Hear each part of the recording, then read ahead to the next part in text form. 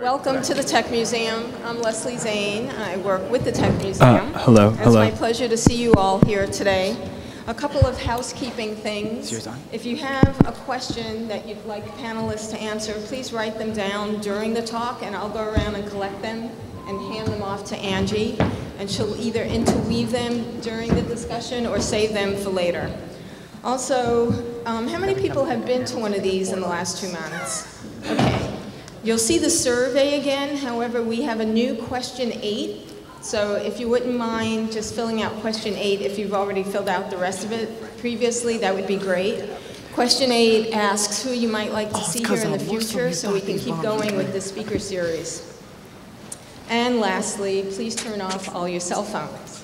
Maybe we should turn off our cell phones. And of course, we hope that you'll take time to visit the Islamic Science Rediscovered exhibit over in Parkside Hall. This touring interactive exhibit spans 1,000 years of discovery that took place on 3 continents, Africa, Europe, and Asia. And it's wonderful for all ages. And many of you know that we started the speaker series because when we announced we were doing this show, we got some very negative feedback and comments from the community, from our community.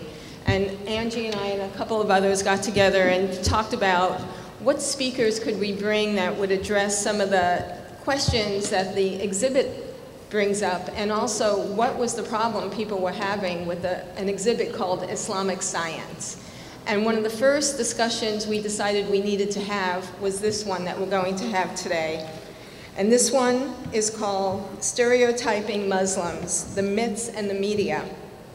And unfortunately, it's become increasingly relevant to have this discussion, and we are thrilled with our panelists who are here today. And I'm thrilled with our moderator, Angie Coiro. She's an award-winning journalist. She's been heard on public radio, Air America, Live from the Left Coast, KQED's Friday Forum, and KGO Radio. Please welcome Angie Coiro. Very nice to see the same faces back. Return crowd, that is lovely, and thanks for giving up part of your Sunday afternoon to be with us. The topic today is obviously not a new topic, and most notably, or at least very notably, it flared up as a national discussion after the bombing of the Murrah building in Oklahoma. And here's a little snapshot of that time, more than 15 years ago, and I take this from the Pluralism Project at Columbia University. The effects of stereotyping and media irresponsibility became vividly evident in the wake of the Oklahoma City bombing, April 19, 1995. Early news accounts included reports of people of, quote, Middle Eastern heritage fleeing the scene. Many journalists, so-called experts, and even former Representative Dave McCurdy linked the bombing to fundamentalist Islamic terrorist groups. The response was fast and furious. Over 200 incidents of bias against the Muslim community followed in the next few days, including attacks on private homes and mosques. Muslims were not involved in the bombing, but many were active in the rescue efforts, including local doctors and rescue workers such as Major Ahmed Rashidi of the Oklahoma City Fire Department. So we move forward to today, or more accurately tonight, on the TLC cable channel.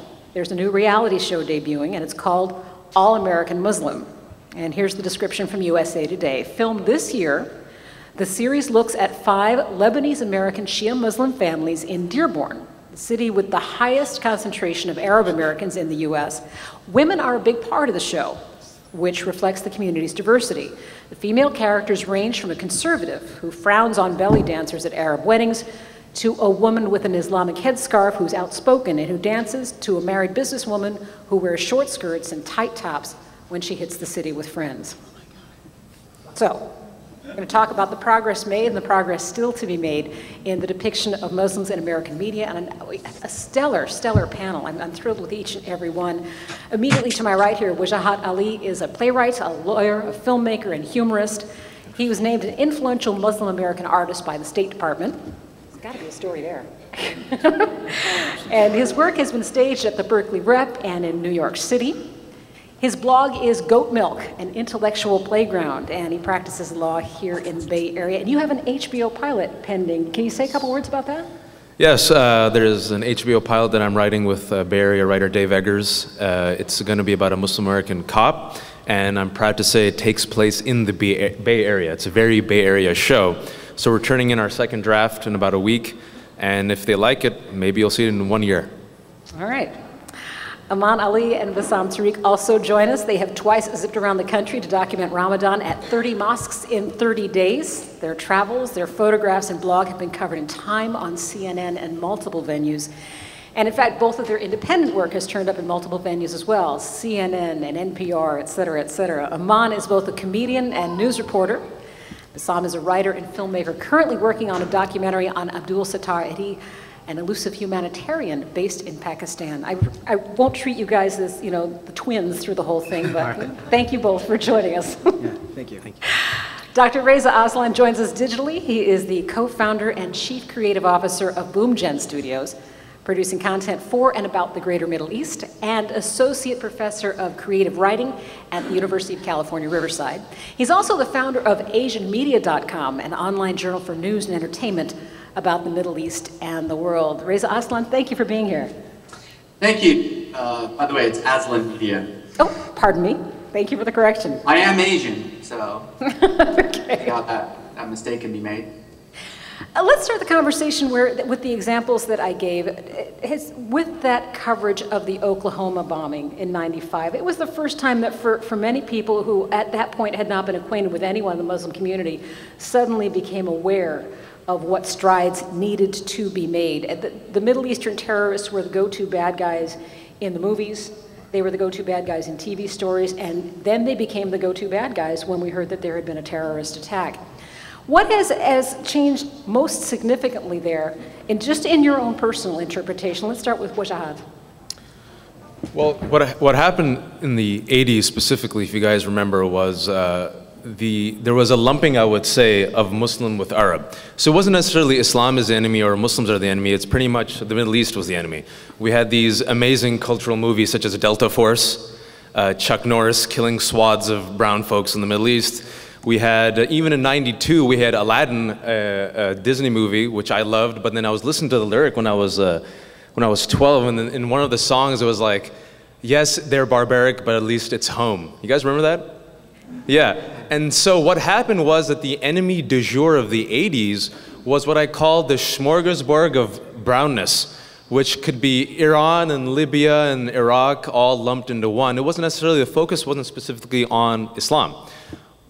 After 9/11, specifically after the two towers fell, the rhetorical focus, I would say, has been on Islam. Much more so than when I knew growing up. Because growing up as a South Asian, you know, the way they used to diss us was, they used to call us Gandhi, which is actually a compliment. But you know, we used to get lumped into this vat of brown India, right? It wasn't the focus so much on Muslim, but since the last 10 years, what we've seen, not only within what I call the Islamophobia network that has emerged, not only within the media, is this very negative antagonistic interpretation of quote-unquote Islam. And within Islam, then, all the nuances of Islam, all the diversity of Muslims who make up Islam, right? Because Islam doesn't speak, Muslims do, has become the predominant antagonist, if you will, for some of these individuals who have, if you will, an ideological agenda or political agenda, which profits, I can say quite clearly from the research, from perpetuating this narrative that the West is at war with Islam. What is the West? What is Islam? But for right now, those nuances are evaporated, if you will, and colored with broad stereotypes, and Islam becomes the boogeyman, becomes the enemy, becomes the other, becomes the exotic, becomes the stranger, becomes the un-American. And I'm sorry that I rambled, because it's a good, juicy question. I have a lot to talk about. I hope everyone rambles that well. You've set a pretty high bar. Let me stay with you for just a moment, though, because you brought up something important. First, you made a distinction between Arab and Muslim, and then you made the distinction between, you know, Islam doesn't speak, Muslims do. What is your impression of how many Americans grasp that? That if you were to throw the terms at them, define Arab, define Islam, define Muslim, how many of them would get it right? Well, they've done studies on this. So this is the research. This is what it shows. 62% of Americans say that they don't know a Muslim. Let that sink in for a second. 62% of Americans. What people don't know is that when the slaves were brought here forcibly against their will, a third of the slave trade came from Africa, and they were Muslims. And if you think about it, and a lot of people forget, some of our greatest cultural ambassadors are Muslim. The honor in 1996 given to the man to represent America in the Olympics to light the torch, the flame, who carried the torch was anyone? Muhammad Ali, right? A lot of people forget that. There's a statue of a Nigerian immigrant outside of the Houston Stadium, two-time MVP for the NBA, Hakeem Olajuwon, Muslim American. I would say a person who dropped a #1 album this year, hip-hop artist, Lupe Fiasco, Muslim. And I think what happens is people know Muslims, but when they say, oh, I don't know anything about this exotic tradition. So 62% say they don't know a Muslim, #1. #2, when they ask, where do these negative stereotypes and these myths about Muslims and Islam come from? Here's what the studies show. #1, ignorance. Goes to the point where 62% of Americans say they don't know Muslim. #2, media. People say, what I know about Muslims and Islam, I get from the media, and the studies show that the representation of Islam and Muslims from the media has been negative. And you know, and I also say this, and I have said this openly, Muslim Americans have also failed in our part. Because I just want to throw this out there, there's been a premium in certain ethnic cultures within the Muslim communities on the Holy Trinity professions. You guys know what the Holy Trinity is? #1, doctor, medicine. #2, engineering. This is a hip crowd, I love the Bay Area. And #3, lawyer, miscellaneous businessman who somehow makes a lot of money and buys a Mercedes. But that left, there was a statistic, I'll end it on this point. In 2001, they showed Muslim Americans' professions. 90% of Muslim Americans were either medicine, engineering, or some form of a business. That leaves 10% for teachers, politicians, directors, journalists, playwrights, culture creators, storytellers. So this is why we're very lucky to have storytellers on this panel. It goes both ways. And you know, things are changing because the world's changing, so I'm hopeful. Well, that gives me a transition to 30 mosques in 30 days, because you guys set out to tell stories directly from where they were happening during Ramadan, hitting the road from place to place to place. Let's get some of the pictures from that. This is the tip of the iceberg with some of the imagery and some of the stories. We want to give you a little flavor of that before we talk further. This is the work of Aman Ali and Bassam Tariq. So let's go with the first of the images. So I don't think the images are showing up. Oh, can we get the projector working in the back? Okay. All right. So these are sort of the little scribbles that we did. So this is a then. This is when we did it the first year when we were just a small little Tumblr blog. The next year, you can click it. And that's how we are now. This is, things change, we change, and things move on. So now we're going to move on to some of the photos that we took. And I was the de facto photographer on this trip. When we visited 30 mosques in 30 days, we essentially traveled 25,000 miles, and we've done the project for 2 years. So we've covered all the 50 states, and we do it 30 days, 30 mosques in 30 states, and we're doing it all by road, and we're fasting every day, and then we're blogging at the end of the day. So anyway, so this photo right here, I'm not sure if y'all can make it out, is a man eating some food. He's breaking his first fast. This is in New York City. I got it right when he had the lettuce in his mouth, so I thought it was very poetic.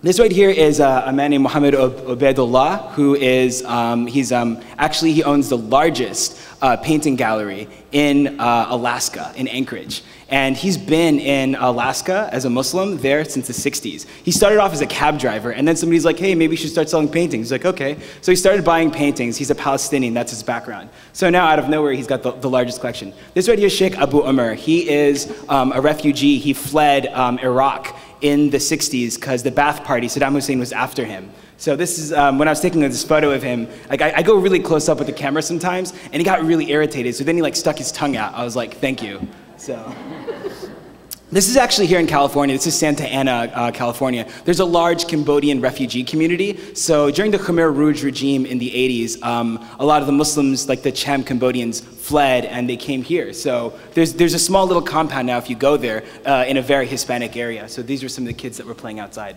This is Eid Ali. He is a cab driver, a Somalian cab driver in Minnesota. Really cool guy, and I'm not sure if y'all know this, but Minneapolis has one of the largest Somalian refugee populations. So when Keith Ellison, the first U.S. congressman that's Muslim that was elected, what they did was that year with the ballots and everything, and when everyone was voting, all the cab drivers, all Somalian cab drivers, were taking people from the polls and to their houses like for free, just so people could go out and get the vote out. So. This is a really cool photo. This was outside of a mosque in Florida, in Jacksonville, and these little like Pakistani kids they were a riot. So, okay, this is a really cool story. I'll try to make this quick. So what you see here is a guy named David, who is an ex-motorcycle biker. Think if like Bill Murray was in Sons of Anarchy, like that crazy TV show, that David would be that guy. So David was in prison for about 3 years when he embraced Islam, and while he was in prison, he was like, well, I want to get married. So he went to this thing called the Muslim Pink Pages, which is like a matrimonial website. I mean, it wasn't a website, but it was like a directory. And that's where he found this woman named Noor, who was in Singapore at the time teaching Islamic school. And somehow or another they connected, and they started talking to one another. And then she only sent one picture of him, and then within a year, they ended up meeting for the first time to get married. So the next picture, this is them and their wedding ceremony in the prison. And now they've been married for about 12 years, and this is the first photo that they took together, and this was the first time that Noor saw her husband. So it's really bizarre, and but it's an incredible story, and if you go to our website, you can actually see a video of them together. And what's very interesting is David, who was not a very sentimental person, who was actually kind of, you know, a hard ass, if I can say, and he actually saved all the letters that Noor had sent him. So they went over some of the old letters together, and it's a very powerful moment that we have on camera. Oh yeah, this picture actually gets me every time I see it. This guy right here is named Fouad. He is a Congolese refugee that came. This is in Vermont. This was the last day that we did of 30 Mosques this year.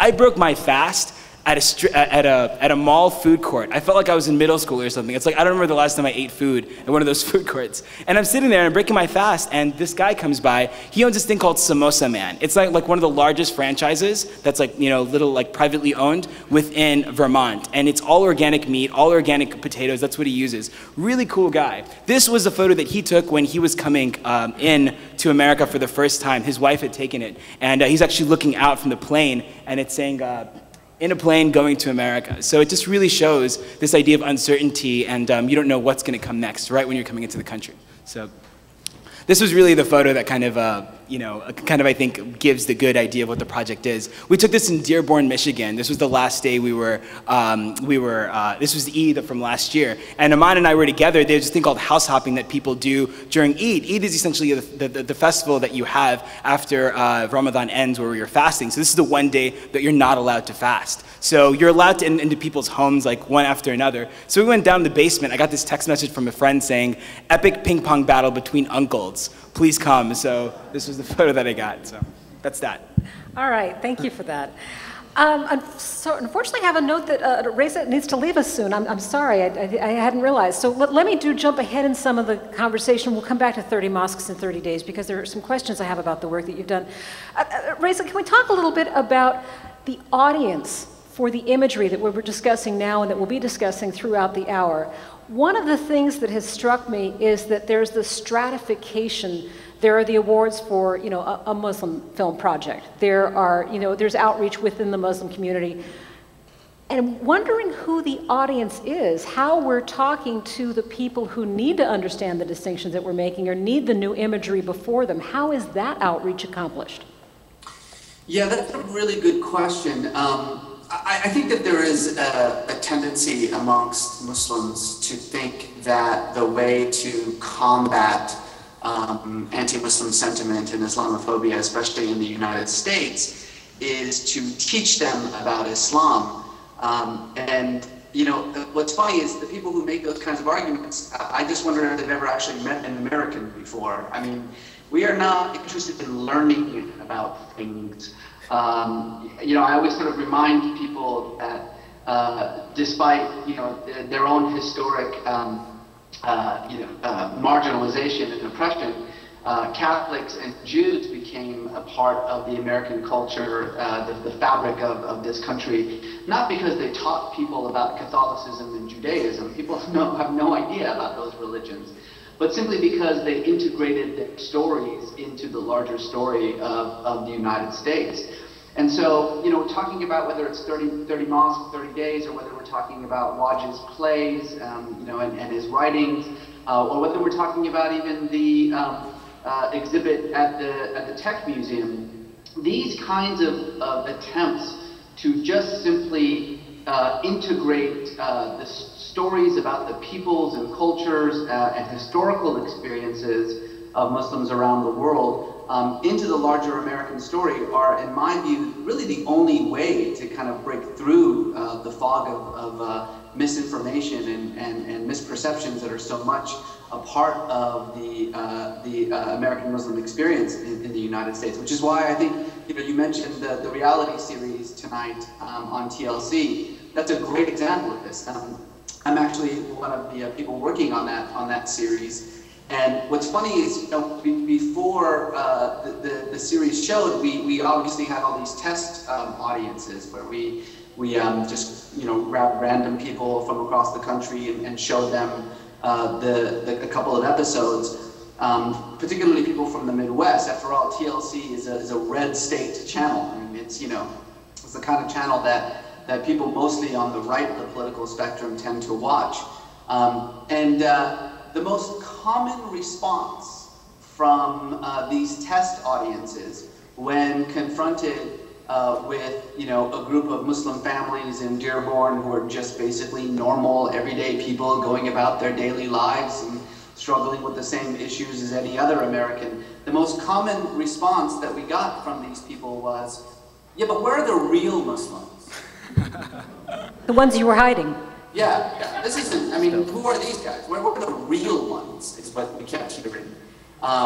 Because again, that idea that when confronted with something that breaks through your perceptions and your stereotypes, rather than simply expanding your mind and recognizing that perhaps you're wrong, you know, the most common answer is that what you are showing me is wrong. So I think that's the importance of these kinds of exhibits, these kinds of artistic and media attempts to reframe the perceptions that so many people have in this country towards Islam. I mean, I would love as an educator to sit here and say that the answer to breaking down stereotypes is education, but any psychologist will tell you that information and data does not change people's minds. Bigotry is immune to reason. It's immune to information. It's immune to education. I think there's an idea that somehow you know, you can take out bigotry by educating people. There are a lot of very smart bigots in the world. Bigotry resides in the heart, not in the mind, and the heart is impervious to data. Let me ask you about your own experiences with imagery as you were growing up, what the most striking memories for you are, and how you feel that may have shaped, you know, what you've done with your life since then. Well, so I'm Iranian. So, I mean, I came to the United States after the Iranian Revolution. I don't know if your audience remembers the early 1980s. Not a great time to be Iranian in the United States. This was sort of at the height of the hostage crisis. You know, Iran was emerging as sort of the primary enemy of the United States. And, you know, for me, growing up in a primarily Mexican immigrant community, I spent a good part of the early 80s just pretending to be Mexican. But that would actually, you know, get people to treat me better. And by the way, you know, I mean, you know that your particular ethnic community is in trouble when you think that Americans are going to treat you better if you pretend you're Mexican. Can you talk about what we're hearing from the Christian right to some extent lately has started to say it's Christians that are getting such a backlash that we are now discriminated against. We're misrepresented in the media.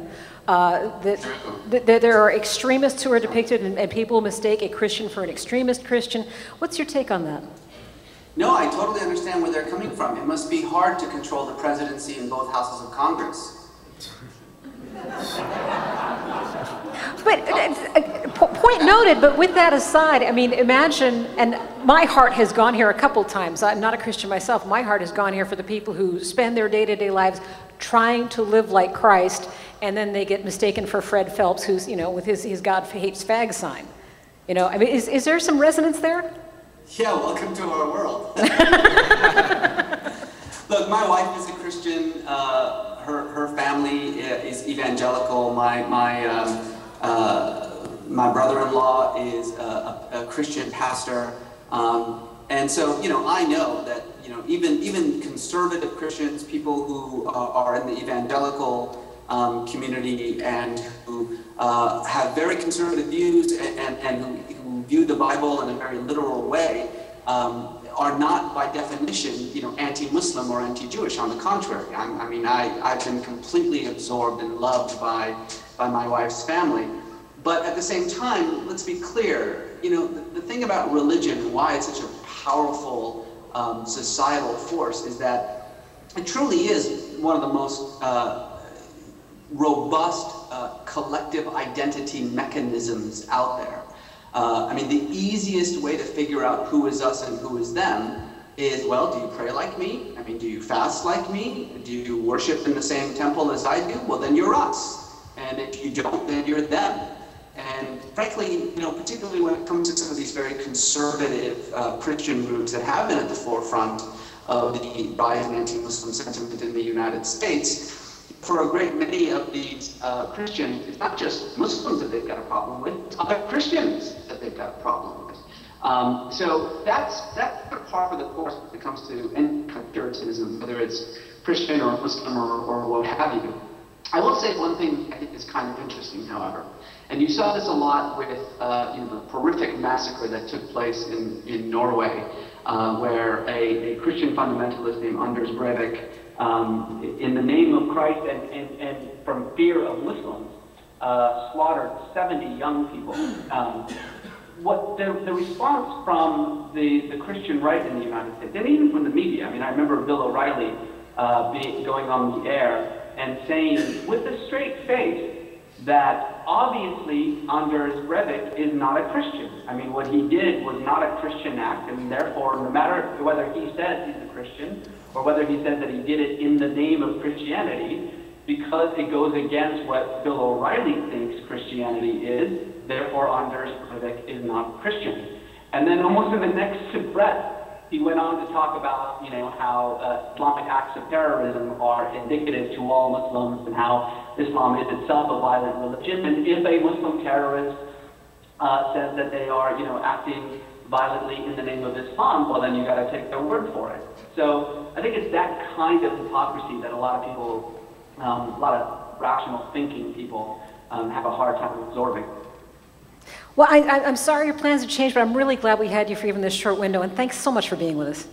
My pleasure. Thanks for having me. All right. I want to come back to the 30 mosques in 30 days, because there's some of what we were discussing, the power of imagery, the power of what you see in the news and what you see on TV.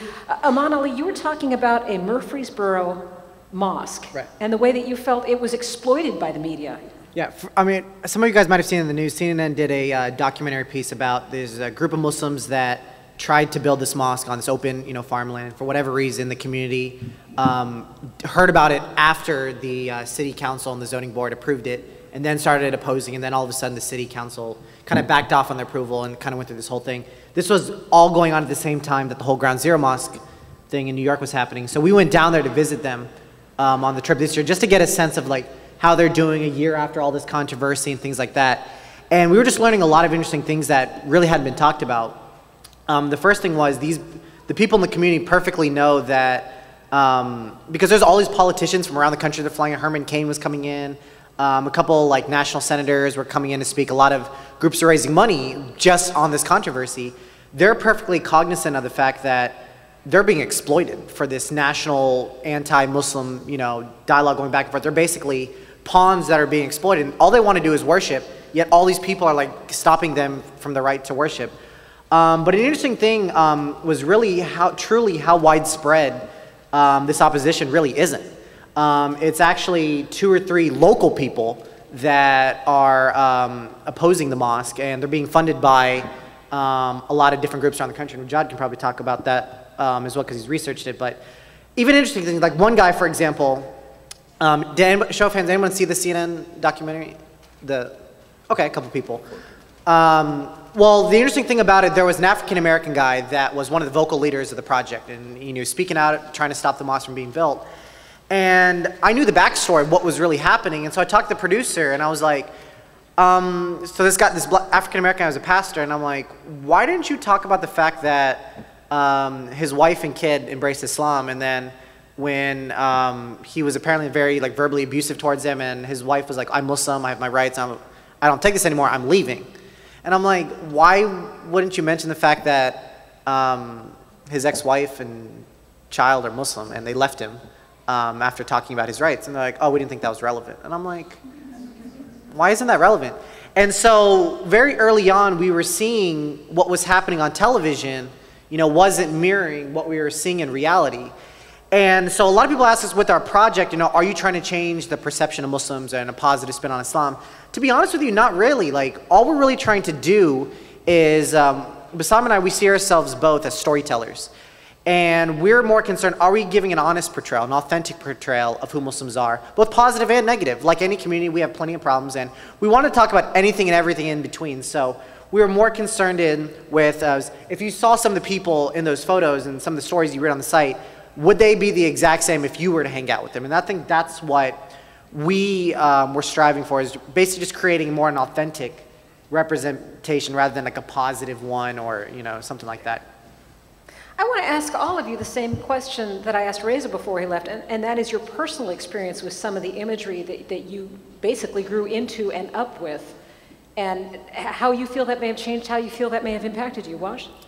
Well, it's so funny, like growing up in the 80s, you kind of reflect back and you realize, oh, I was cheering Chuck Norris killing me.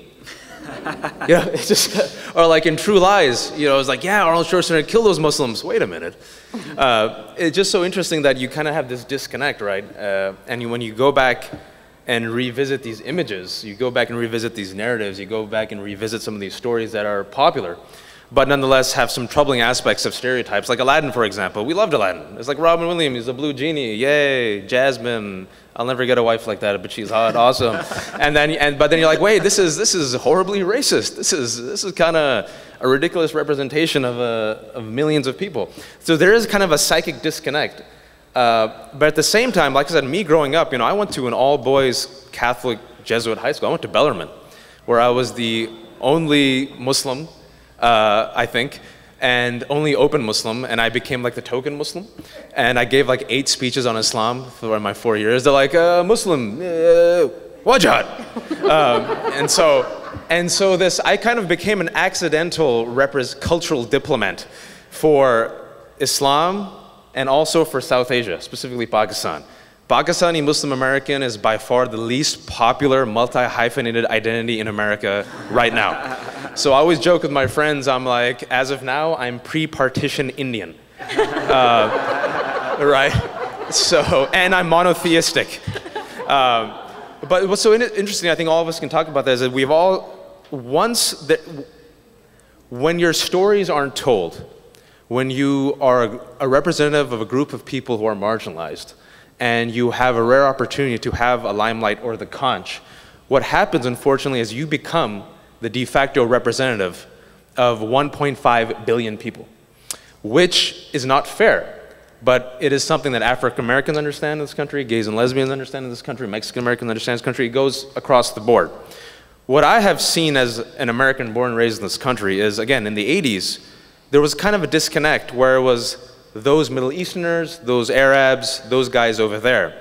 But what's troubling now is I just came back from Europe, and you guys have been following the type of, you know, xenophobia, racism, what's happening right now in Europe. It's been, you know, they have a really difficult time dealing with a multicultural identity that's emerging, race, immigration, and so forth. My friends in Europe who are Muslim, they're like, man, it's bad to be Muslim in America.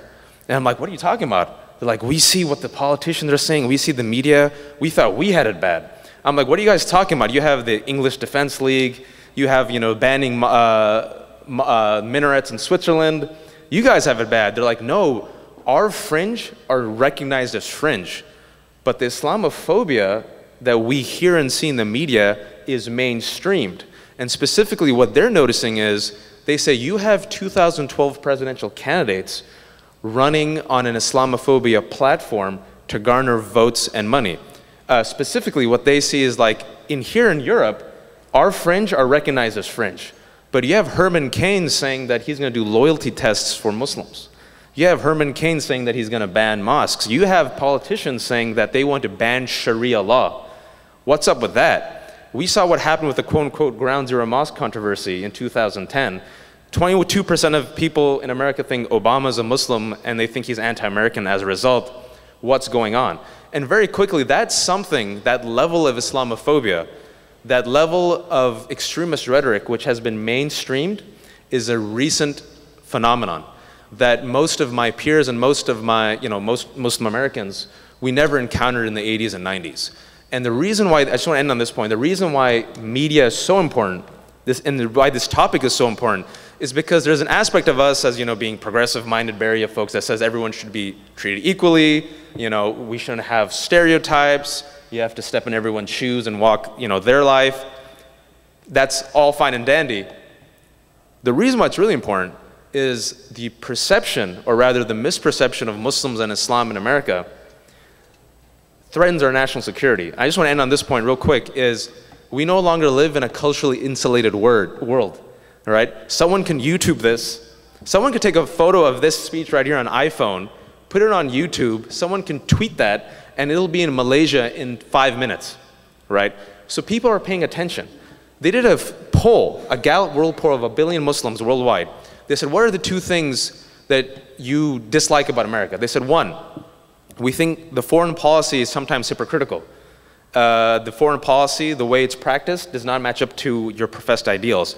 Number 2, all right, check it out. We are displeased and angered with the way you portray Muslims and Islam in the media. Okay, why the media and why this mainstream of Islamic rhetoric, why does it threaten our national security? Real quick, is General Petraeus last year came out and said, hey, Pastor Jones, remember that guy with the handlebar mustache from Texas? He looks like Yosemite Sam. He said, I'm going to burn the Quran. You guys remember that? That was a local story that became a national story, that became an international story within a week, okay?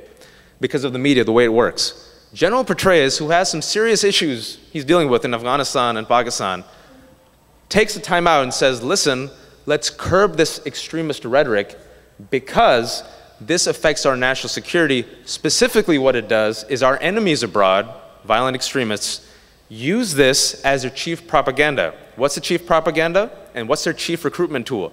Look, the West is at war with Islam. Look how they treat Obama. Look how they protested the mosque. Look at the Sharia. Look at they're going to burn the Quran. Pastor Jones, in April last year, went ahead and burned the Quran, if you guys remember. What happened was the Afghan Taliban used that as a pretext to launch an offensive which killed 20 people at the United Nations compound. And they said, the reason why we did this is because the West is at war with Islam. See, they burned the Quran. So this is why perceptions, positive media, nuanced media is so integral to the 21st century and the way we live in the world. Not just because we want fair stories and fair representation of communities, but also because the world is paying attention and national security is threatened. And thank you for letting me ramble on again. Quite all right. Good value. By the way, we have about half an hour of our discussion left, and I do want to integrate any questions that you may have jotted down. So if you want to hold those up, Leslie or one of our others can come and pick those up, and we'll integrate them into the rest of the conversation. So you can be part of this as well. And Leslie's right there. You just hold it up, and she'll get to you and be able to pick that up and bring it up here. You talked about the value of the internet and the role of the internet, and of course, your project, 30 Mosques in 30 Days, existed because of the internet. If you had to go get a grant and try to put it on PBS, I mean, you couldn't have just jumped in the car and done it. But I was struck by something that Bassam wrote, that if the internet is the macro, the one-on-one is the micro. And Bassam, you were talking about a tow truck driver when your car broke down, and he literally seemed to be afraid to take you across Montana. And in that short trip, there was some personal growth there. Tell us about that. Okay, so the guy that took us, his name was Ken, and in the beginning, I think it wasn't necessarily Ken that was that troubling. Oh, but what happened was, I think it was his mustache that kind of bothered us, because his mustache was so big that when we'd make jokes, we wouldn't be able to see if he was smiling or not. So no, I'm being very honest. So like, even though like his humor was he was a very crass and very gentle guy, but I think the problem is that we sometimes become very defensive because we're never sure about how other people are viewing us. So we immediately, like, and maybe Aman can expand on this, what happened when we went into a Confederate flag store. I think that kind of explains it a little bit. Oh yeah, so what happened was we had CNN traveling with us, and we were driving through the South, and I'm driving, I see this like huge like Confederate flag like waving in the air. I'm like, dude, we gotta go to this place. This place is too racistly awesome to pass up. We have to go. And so we pull over, and it's like this Confederate souvenir shop, and we pull up to the place, and there's these three guys, like three elderly gentlemen, like sitting in the front, right? So it's three people. There must have been like 5 teeth among them, right? So they're giving us this look. And I'm getting ready to get out of the car, and Robert, the videographer for CNN, he's a black guy, and as I'm getting ready to go out, he puts his hand on my shoulder, come on, please, I'm begging you, please, don't go out there, please. Like, man, you're a bunch of sissies, whatever, I'm going in. And so I step outside, and as soon as I step out, these guys were like, hey, welcome, make yourself at home, great day today, isn't it? And we had this really cool conversation, and it made me think, because, you know, here I was thinking that this guy was going to be prejudiced towards me, but I was actually the one being prejudiced towards them, thinking that they were backwards, racist, and bigoted. Now, granted, this was a Confederate, you know, souvenir shop in Chula, Georgia. We all know what the history of the Confederacy stands for, but these guys were very kind to us, you know, and I can only hold them accountable for how they're treating us. So this whole idea of what is the cultural baggage that I bring to the table, you know, something that I reflect on a lot. Even in college, like, you know, some of my friends would be like, oh, Muslim friends, they'll be like, oh, that teacher gave me a bad grade because he's Jewish and, you know, I'm Muslim. I was like, dude, you were playing FIFA, soccer on Xbox with me all night. You didn't get a bad grade because you're Muslim. You got a bad grade because you're stupid. And you suck at FIFA. So, like, that's why these things happen. So I think sometimes there's this, I don't know what the term is. I think I've heard, like, internal oppression. I don't want to downplay, like, individual actual cases of, like, backlash and discrimination, but I think there's also sometimes a perception. I know I'm guilty of it. If some guy's giving me a weird look at, oh, he's because I'm Muslim, or, you know, something like that. So I think that's something that we were realizing that we ourselves are guilty of, you know, on this trip. Well, all of you are writers in various venues. In fact, I don't think I mentioned, Aman, you've done news reporting as well. Yeah.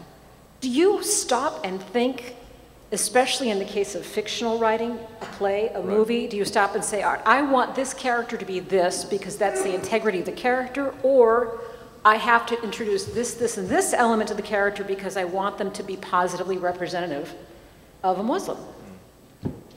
You guys want to start off with the... Okay, so I worked on this film in Pakistan. It's a documentary on this man named Abdul Sattar Eidi, who, if people don't know, he started this ambulance system in the 50s. He had this small little candy shop, and then he sold that, and he bought a little van. On the side of the van, he wrote "Poor Man's Van," and he went all around Pakistan transporting the sick and dead. Little did anyone know, that was the first ambulance in the entire country. So now he has the largest private ambulance system in the world, and people in Pakistan really revere him. So when we went to Pakistan, we went with the intention to really tell this really positive and powerful story. And then, you know, it's sort of like, because we wanted to really help change his perception. But when we got there, we realized that, you know, that's kind of a very disingenuous way to go into telling a story, because I think sometimes you just have to really just celebrate a good film as what is art, and you couldn't just be worried about, like, you know, what attitudes and what's your agenda, because I feel like even with our stories with 30 Mosques, the people's photos that we use, like, some people, like the State Department, want to use them for their slideshows, and I'm like, no, you know, I don't want to politicize these people. And just like that, like, when we were putting together that story,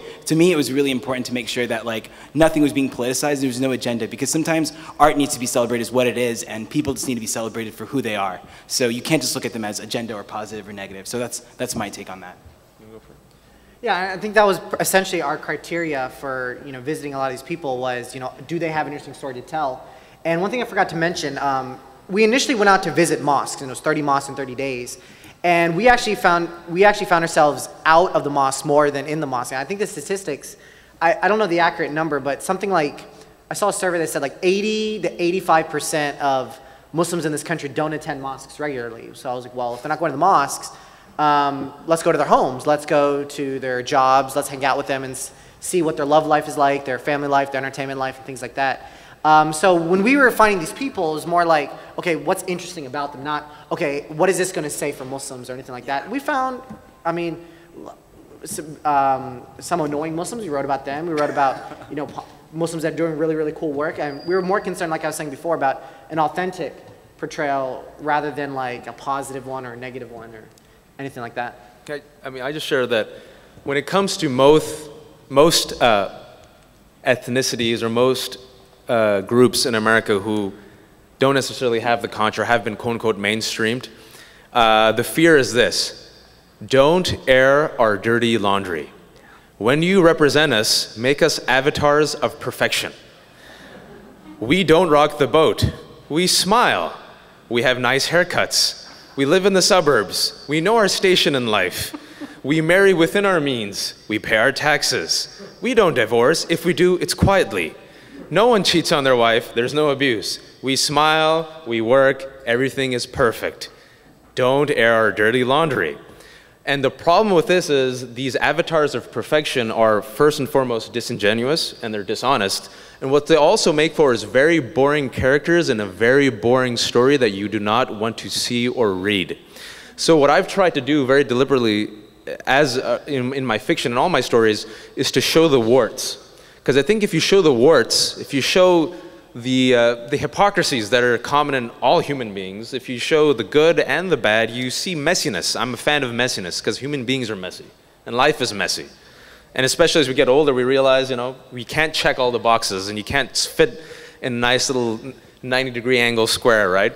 And what I've seen is audiences, especially when it comes to our stories where many of the protagonists are Muslim or might be quote-unquote ethnic, is they actually respond well to it. They're like, this is honest. And I think people respond well to honesty.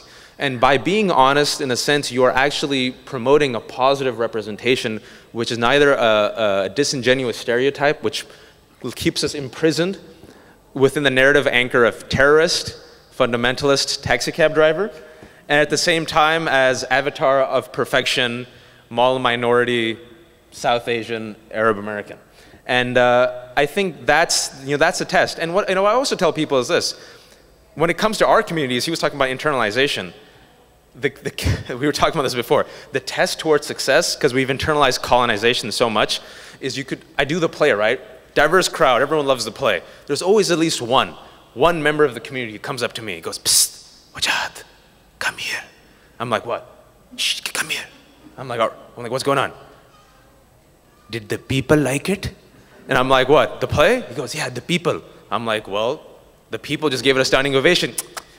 "Not our people, the people." Now, what is the people? Anyone? White people.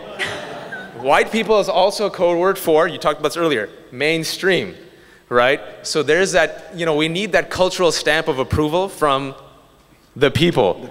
That still exists, unfortunately. And what I always tell people is that I love the people. I write for the people. Some of my best friends are people, okay? And I always say, have faith in the people. You don't need to hold their hands and they cross over. They eat burritos, they eat with their hands, they're fine.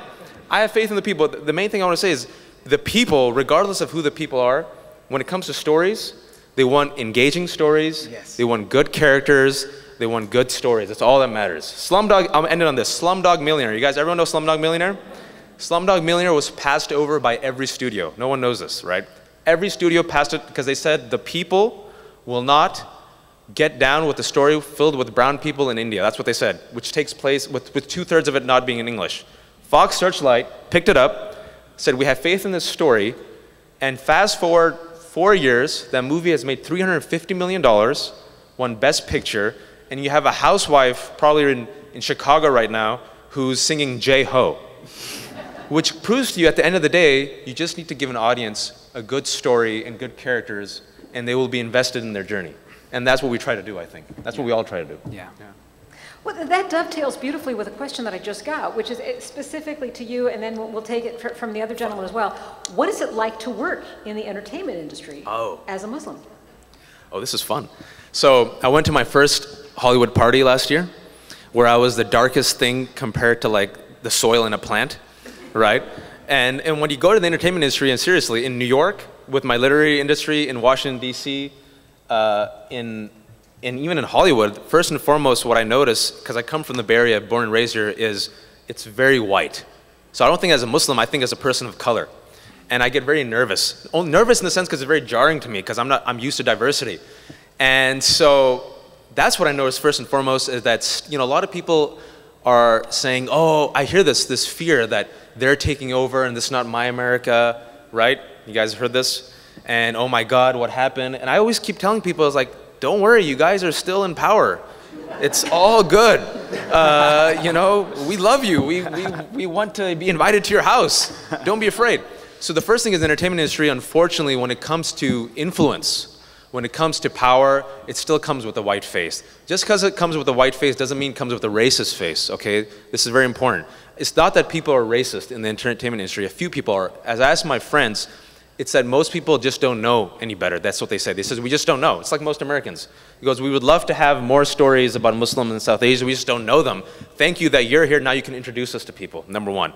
Number two, there's so few of us who make it there that I think sometimes, you know, when it comes to being a voice in the entertainment industry, it's like you feel the burden of that I have to succeed and I have to do a good job and I have to be a good role model and I can't fail because there's so many people who are hoping for us to break the doors. And there does come, like Spider-Man, with this great power comes great responsibility.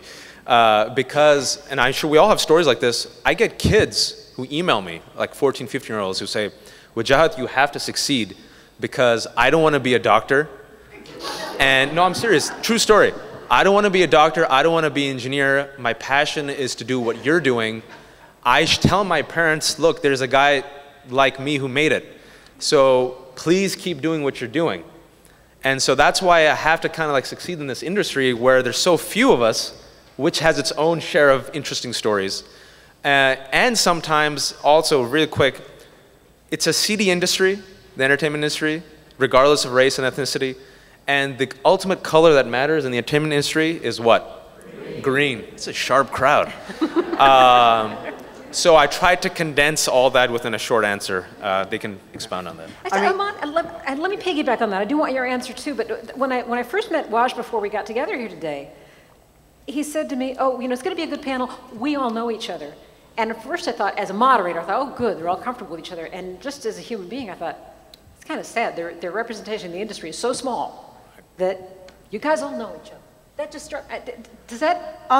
You know, that's one way to look at it. I've never really seen it like that. I think it's good that we all know each other. So we help each other get opportunities. If we're going through issues that only we ourselves think we're the only ones going through, there's always someone there to comfort us. So I'm not really troubled by that per se. Like, just working at stand-up comic, there's only like 3 or 4 people that identify themselves as Muslims on stage.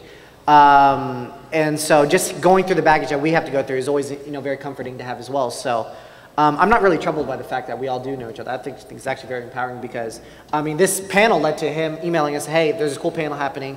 You guys want to come out and come check it out? I'm like, yeah, absolutely. So I definitely see it as an asset rather than like a hindrance or anything like that. Okay, and your experience in the industry? Well, I do primarily stand-up, but when I first started doing stand-up like 4 or 5 years ago, this was like 2006, 2007, this agency that I was with was trying to get me to go out and do like auditions and things like that. And all the roles that I could read that were available to me were like, you know, I think on Law & Order I auditioned for the brother of an Afghan rapist. Wasn't good enough for the brother.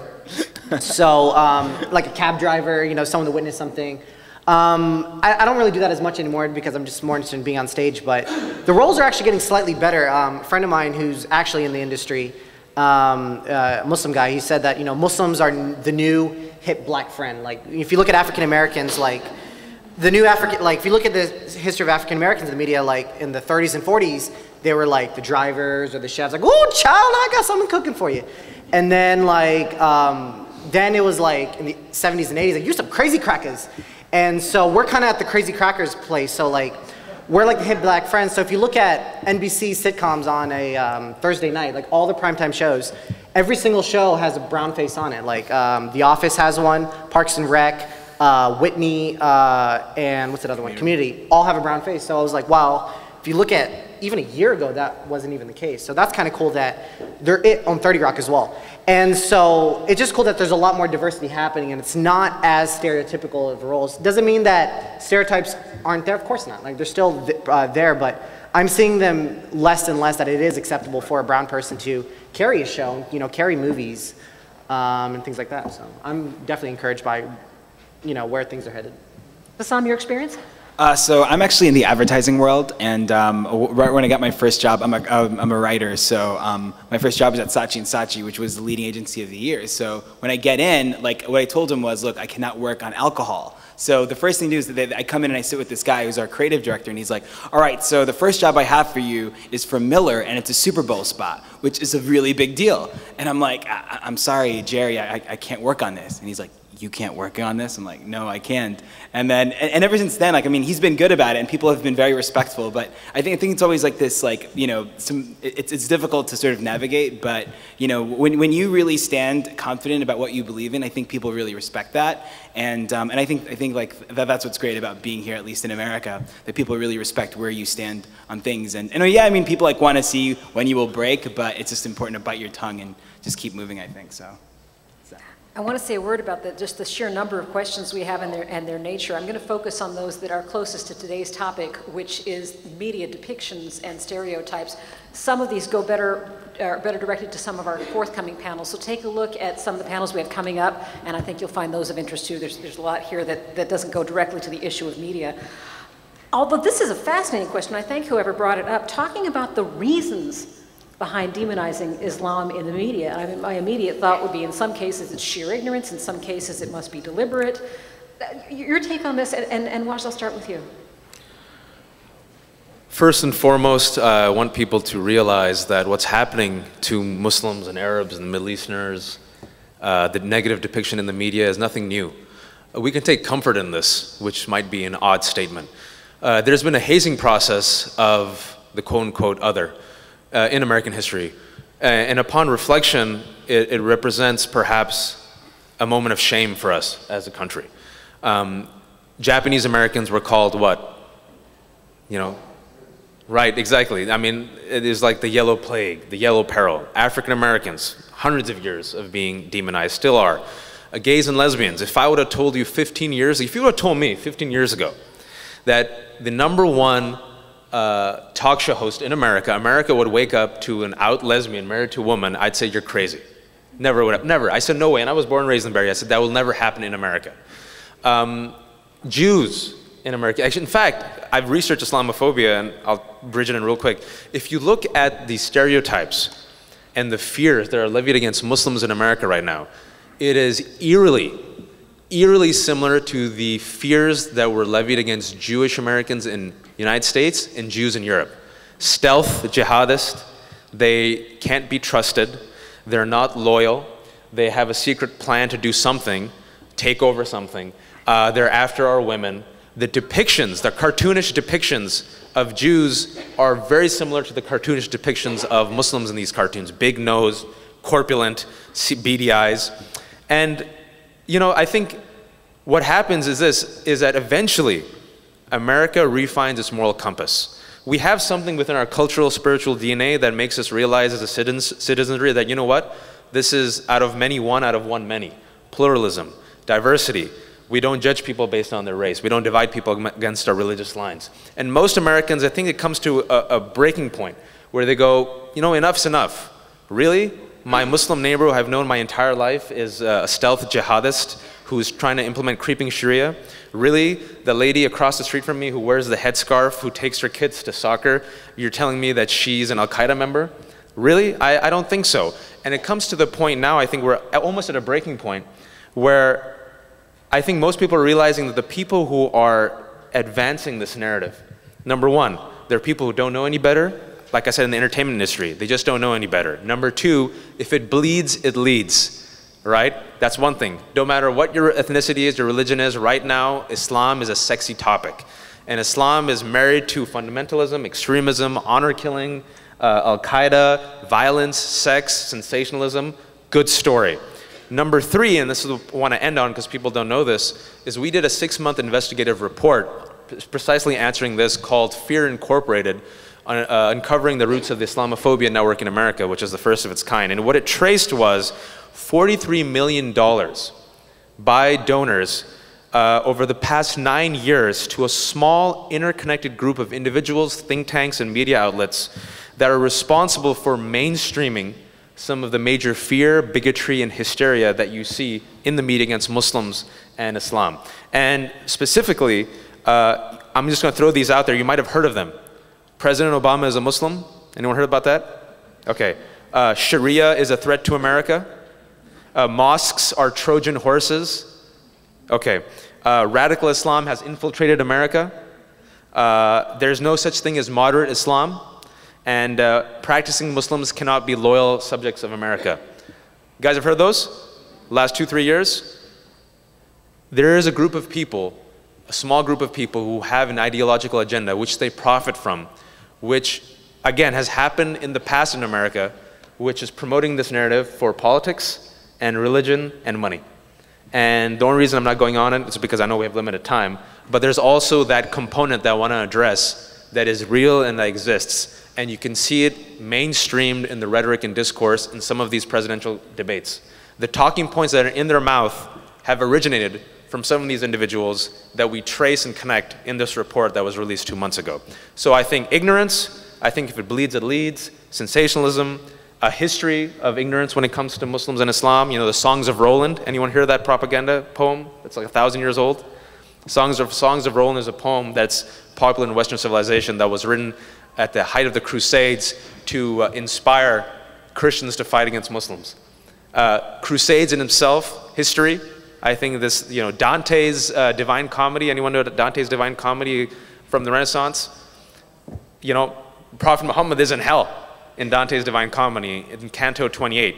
So you have history, existing prejudices, ignorance, religion, politics, people who profit off of division.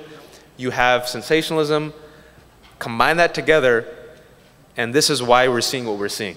But there is hope in that this has happened before. I just want to mention that. This has happened before. This is nothing new. And America always refines its moral compass, always. So I'm very hopeful.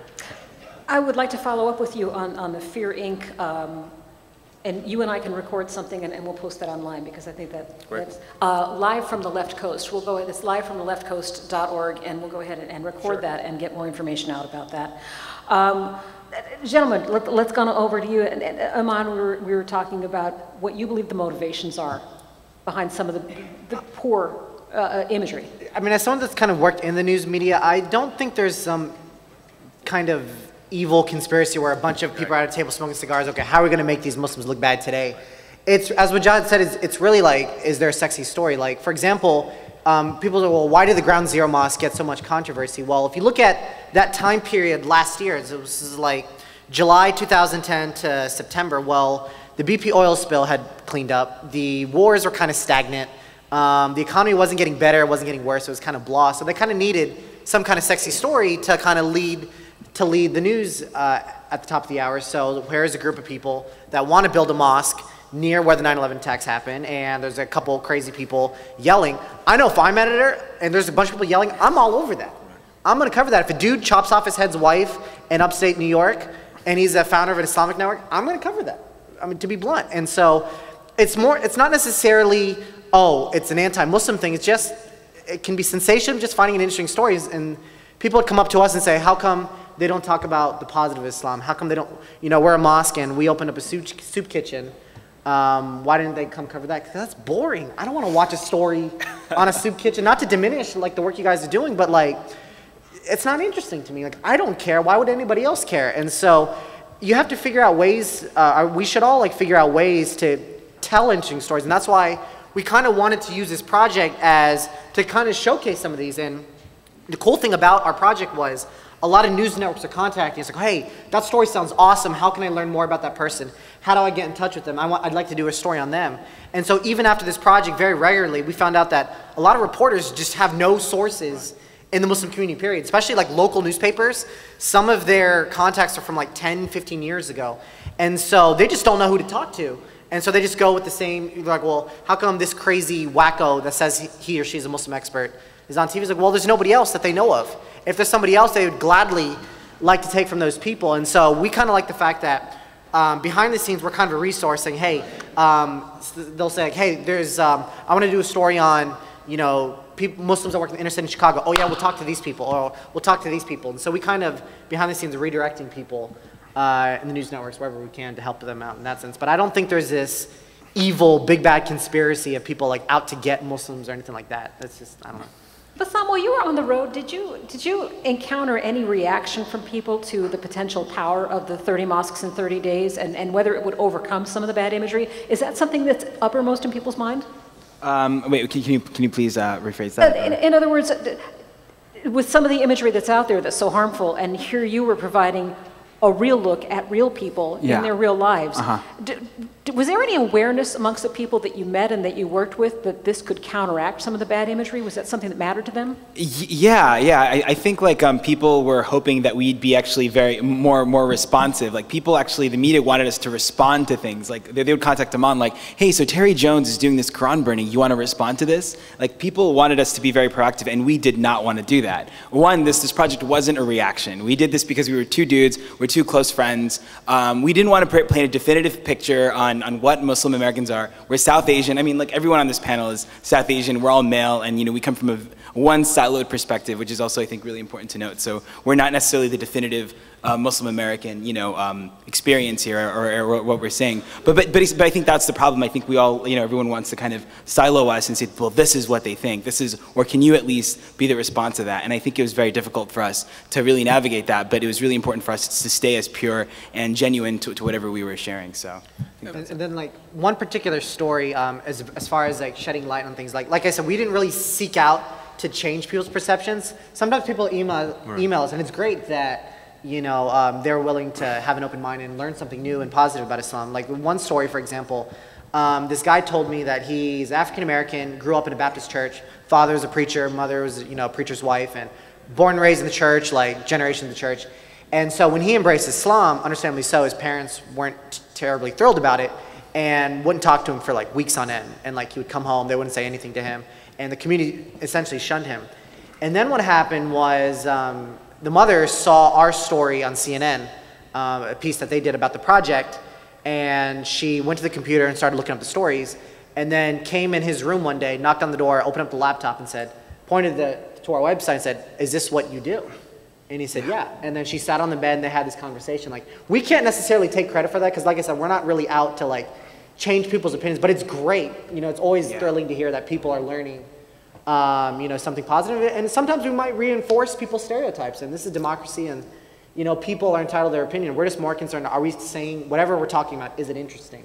Actually, one interesting story, we did a story on a gay imam in Washington, D.C., and that was, I think, probably one of the most volatile posts that we made, because a lot of the Muslims came out that were homophobic. They were like, "Oh my God, this is impossible," and like, "What's this about?" And then some people that were non-Muslim were like, "What is wrong with you guys?" So it was really interesting to see like how our community, you know, is dealing with some of these issues. Like how are we kind of, you know, so just an example of what Aman is saying of like, you know, like what are these stories that we're sharing, and how our community is reacting to it. So actually it got so bad where like somebody actually also pulled out of funding from our project, but it was okay. I mean, it is what it is, and it's important that we try to at least share what we find is compelling and interesting. So. I do want to address the lack of women on the panel and on our early panels, and this was a matter of putting together a series of talks in response to a public reaction to this display. And we did put out feelers to women. There were Muslim women and other women who had input in the panels and who we talked to, and the way it shook out, we did not have any women accept our invitation, be they, you know, difficulty getting here or whatever, but it is something we were aware of, and I'm sorry it worked out the way it did. And we do have women where we have the longer term time to plan that will be appearing later in the series. So I do want to remind you to fill out your suggestions for who else you might want to see, not just on this particular topic, ongoing with the Islamic science rediscovered, but any subsequent topics you might want to see in the speaker series. And that's a wrap on today, and I really appreciate your coming in to spend the day with us, and thanks so much to our panel. Thank you. They're just fabulous. Thank you guys.